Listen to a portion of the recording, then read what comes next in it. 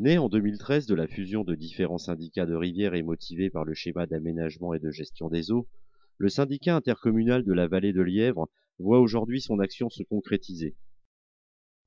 Le bassin, placé sous l'observation du CIVI, est composé de Lièvre et ses affluents, soit 600 km de cours d'eau. Donc, le CIVI est un syndicat intercommunal de la vallée de Lièvre.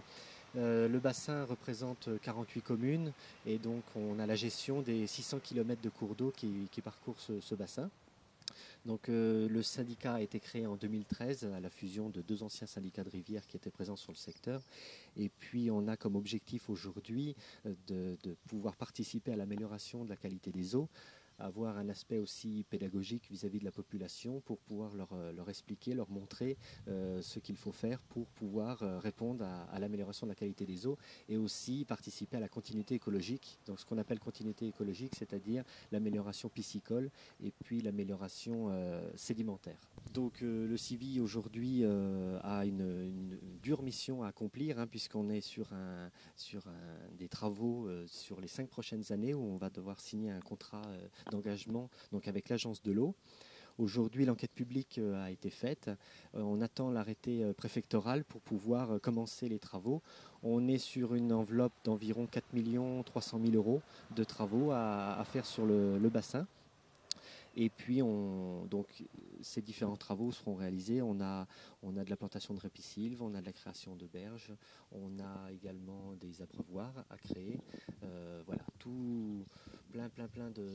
Et un point aussi important, c'est des études des grands ouvrages qui se trouvent sur le bassin pour pouvoir répondre à cette continuité écologique. Alors, je suis Jérémy Jolivet, chargé de mission au syndicat de la vallée de Lièvre, technicien rivière. Bonjour, je suis Elise Gornard, je suis étudiante en Master 2 en ingénierie des milieux aquatiques et je fais mon stage au sein du CIVI. Alors ici on est sur le long de l'Ouatier, donc une petite rivière qui passe dans le bourg de Sainte-Solange. Donc Sainte-Solange un petit peu plus en amont que la commune de Bourges. Et on est là pour parler rivière. En effet, technicien rivière, on est là pour restaurer les rivières. Monsieur Cartier en a parlé tout à l'heure. On met en place un grand programme d'intervention à l'horizon 2015-2020. Et donc dans ce cadre-là, on est là pour restaurer certains segments de rivières, comme celui de l'Ouatier sur Sainte-Solange. Alors Sainte-Solange, pourquoi Sainte-Solange, une commune parmi d'autres dans lesquelles passe la rivière. Et les rivières, les unes avec les autres, font des masses d'eau globales. Les rivières traversent les communes, les unes des autres. Et il s'agit, dans cette commune, d'améliorer l'état du milieu et du milieu aquatique de la rivière pour améliorer l'état global de toutes les rivières qui traversent les autres communes plus en aval. Voilà.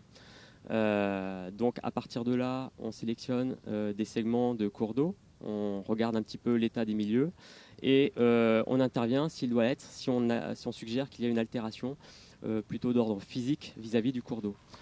Alors l'Ouatier, c'est déjà un beau cours d'eau à l'image de pas mal de cours d'eau du secteur et du bassin versant. Néanmoins, à petites échelles, ce cours d'eau présente certaines altérations qui mériteraient d'être améliorées.